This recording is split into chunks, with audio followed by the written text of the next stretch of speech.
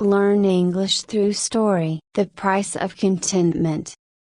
In the bustling city of Everest, where wealth and power ruled the day, there lived a man named Hector. Hector had everything a person could desire: a beautiful home, a successful business, and the respect of his peers. But despite his wealth and status, Hector was not a content man. He was always striving for more money, more influence, more recognition. His ambition knew no bounds, and he believed that true happiness could only be achieved by acquiring more than anyone else. One day, while walking through the marketplace, Hector noticed a small, unassuming shop tucked away in a quiet alley. The shop was filled with curious objects: antique clocks, intricately carved wooden boxes, and strange trinkets that seemed to whisper secrets from the past. The shop's owner,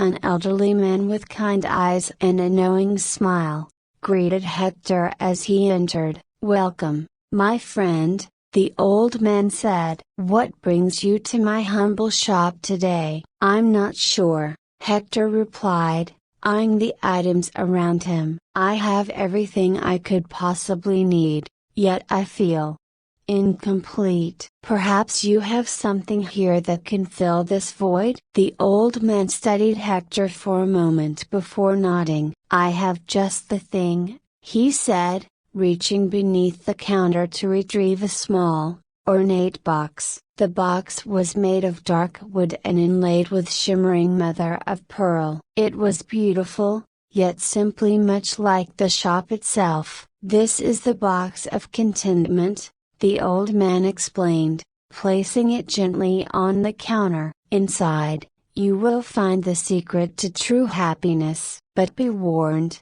the price is high." Hector's eyes lit up with curiosity. "How much does it cost?"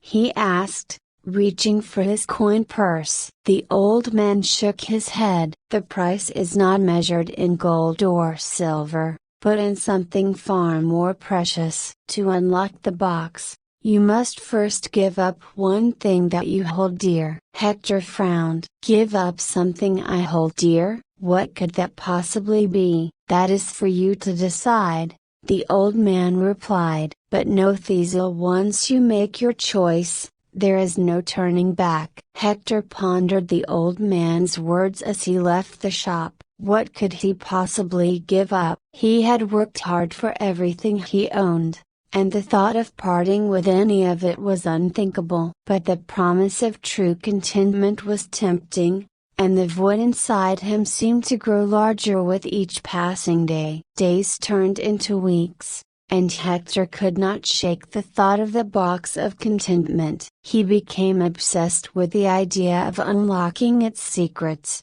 and soon, he could think of nothing else. Finally, he returned to the shop, determined to make his sacrifice. "I've made my decision," Hector announced as he entered the shop. "I will give up my most prized possession, my mansion on the hill." The old man nodded solemnly. "Very well," he said, handing the box to Hector. "Take this with you, and when you are ready, open it." Hector left the shop, the box clutched tightly in his hands. As he walked back to his mansion, he felt a strange mix of excitement and apprehension. What could be inside this simple box that was worth the price of his home? That night, Hector sat in his grand living room, the box resting on the table before him. He took a deep breath and slowly opened the lid. Inside, he found a single piece of parchment,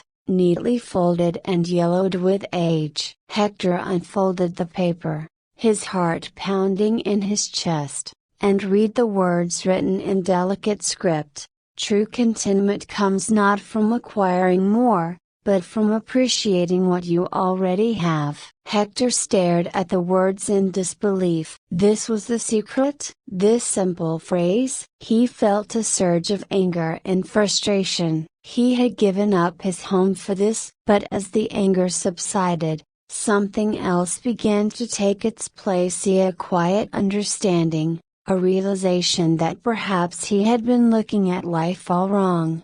For years, Hector had been so focused on what he didn't have that he had failed to appreciate the abundance already in his life. His home, his business, his relationships, these were the things that truly mattered, yet he had taken them for granted in his relentless pursuit of more. With a heavy heart, Hector packed his belongings and moved out of his mansion. He found a modest home on the outskirts of the city and began to live a simpler life. At first, it was difficult to adjust. He missed the luxury and comfort of his old life, and there were days when he questioned his decision. But slowly, as time passed, Hector began to notice a change within himself. He started to appreciate the small things: the warmth of the sun on his face, the sound of birdsong in the morning, the laughter of children playing in the streets. He spent more time with his friends and family, nurturing the relationships he had neglected for so long. And as he did, the void inside him began to shrink, replaced by a quiet sense of peace and fulfillment. Hector never returned to the old man's shop, but he kept the box of contentment with him always, as a reminder of the lesson he had learned. In the end, he discovered that the price of contentment was not the loss of material possessions, but the willingness to let go of the endless pursuit of more. And in doing so, he found the happiness that had eluded him for so long. Moral: true contentment is not found in the relentless pursuit of more, but in appreciating the abundance of what we already have. I hope you enjoyed the story. If you enjoyed, then please like and share this video, and don't forget to subscribe our YouTube channel. Thank you for watching.